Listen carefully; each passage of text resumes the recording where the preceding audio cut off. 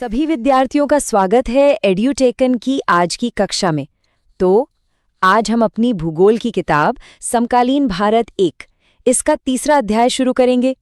अध्याय का नाम है अपवाह। देखिए, ये चैप्टर बहुत ही इंटरेस्टिंग है क्योंकि इसमें हम भारत की जो नदियां हैं उनका जो पूरा नेटवर्क है उसके बारे में पढ़ने वाले हैं। तो आगे बढ़ने से पहले एक नज़र डालते हैं कि आज हम इस चैप्टर में क्या क्या कवर करने वाले हैं। सबसे पहले तो हम समझेंगे कि ये जो शब्द है अपवाह, इसका मतलब क्या होता है। फिर हम भारत के जो मुख्य अपवाह तंत्र हैं, मतलब जो मेन रिवर सिस्टम्स हैं, उनको देखेंगे। इसमें हिमालय की नदियां आएंगी और प्रायद्वीपीय नदियां भी। और आखिर में हम झीलों और नदियों की क्या इंपॉर्टेंस है, इस पर भी बात करेंगे। ठीक है, तो चलिए पहले टॉपिक से शुरू करते हैं। सबसे पहले कुछ बेसिक टर्म्स को समझना बहुत जरूरी है क्योंकि ये पूरे चैप्टर में बार बार आएंगे। देखिए, आपकी किताब में जो पहली लाइन है वो कहती है कि अपवाह शब्द एक क्षेत्र के नदी तंत्र की व्याख्या करता है। अब सवाल ये है कि इसका मतलब क्या हुआ। बहुत आसान है। किसी भी एक एरिया में जो नदियों का पूरा सिस्टम होता है ना, मतलब एक मेन नदी है, फिर उसमें आकर छोटी छोटी नदियां मिल रही हैं, इसी पूरे जाल को, इसी पूरे तंत्र को ज्योग्राफी में अपवाह या इंग्लिश में ड्रेनेज कहते हैं। अच्छा, अब जो अगला शब्द है वो है अपवाह द्रोणी। किताब में लिखा है एक नदी तंत्र द्वारा जिस क्षेत्र का जल प्रवाहित होता है उसे एक अपवाह द्रोणी कहते हैं। इसको ऐसे समझिए, मान लीजिए एक बड़ी नदी है और उसमें बहुत सारी छोटी छोटी नदियां आकर मिल रही हैं। तो ये सारी नदियां मिलकर जितने बड़े एरिया का पानी, चाहे वो बारिश का हो या बर्फ पिघलने का, बहा कर ले जाती हैं, उस पूरे के पूरे इलाके को उस नदी की अपवाह द्रोणी या ड्रेनेज बेसिन कहेंगे। और एक और जरूरी शब्द है जल विभाजक। देखिए, नाम से ही साफ है, जल को विभाजित करने वाला, मतलब पानी को बांटने वाला। आपकी किताब भी यही कहती है कि कोई भी ऊंचा क्षेत्र, जैसे कोई पहाड़ हो गया या कोई ऊंची जमीन हो गई, जो दो अलग अलग नदी तंत्रों को या कह लीजिए दो अपवाह द्रोणियों को एक दूसरे से अलग करती है, उसे ही जल विभाजक कहते हैं। ये बिल्कुल एक दीवार जैसा काम करता है जो एक तरफ का पानी दूसरी तरफ नहीं जाने देता। तो अब जब हमें ये बेसिक बातें समझ आ गई हैं, तो अब हम भारत के जो मेन ड्रेनेज सिस्टम्स हैं उनकी बात करते हैं। देखिए, भारत में अलग अलग तरह के लैंडफॉर्म्स हैं, है ना। कहीं ऊंचे ऊंचे पहाड़ हैं तो कहीं पठार हैं। तो इसी आधार पर भारत की नदियों को हम मोटे तौर पर दो ग्रुप्स में बांट सकते हैं। जरा इस टेबल पर ध्यान दीजिए। इसमें हिमालय से निकलने वाली नदियों और प्रायद्वीपीय नदियों के बीच का जो फर्क है वो बताया गया है। पहला पॉइंट है पानी का सोर्स। देखिए, हिमालय की नदियां बारहमासी हैं। बारहमासी मतलब इनमें पूरे साल पानी रहता है। क्यों? क्योंकि इनको बारिश से तो पानी मिलता ही है, साथ में पहाड़ों की बर्फ पिघलने से भी मिलता है।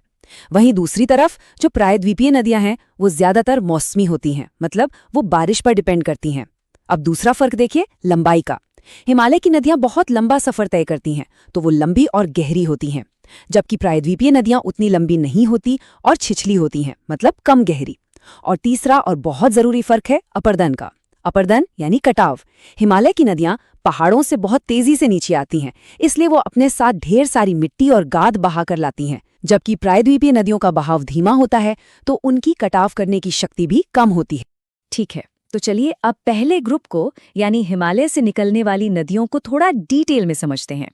इसमें 3 बड़े बड़े रिवर सिस्टम्स हैं। पहला है सिंधु नदी तंत्र, दूसरा गंगा नदी तंत्र और तीसरा ब्रह्मपुत्र नदी तंत्र।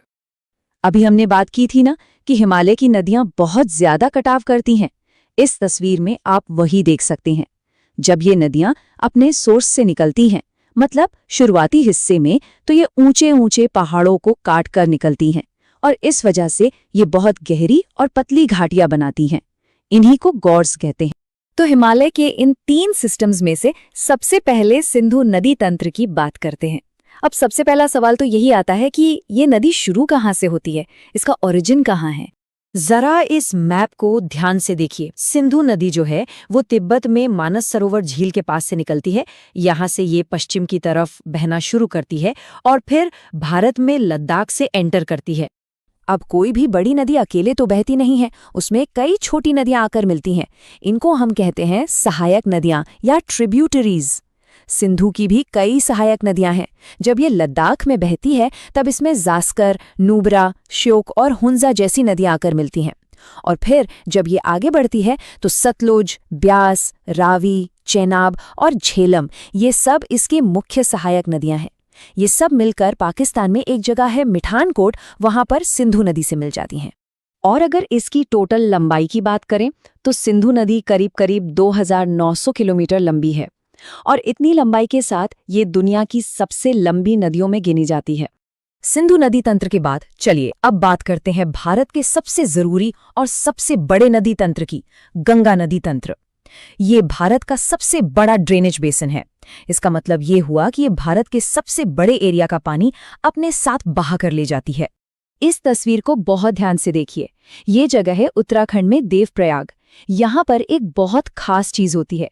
गंगा नदी की शुरुआत 2 धाराओं से होती है। एक का नाम है भागीरथी, जो गंगोत्री ग्लेशियर से निकलती है, और दूसरी है अलकनंदा।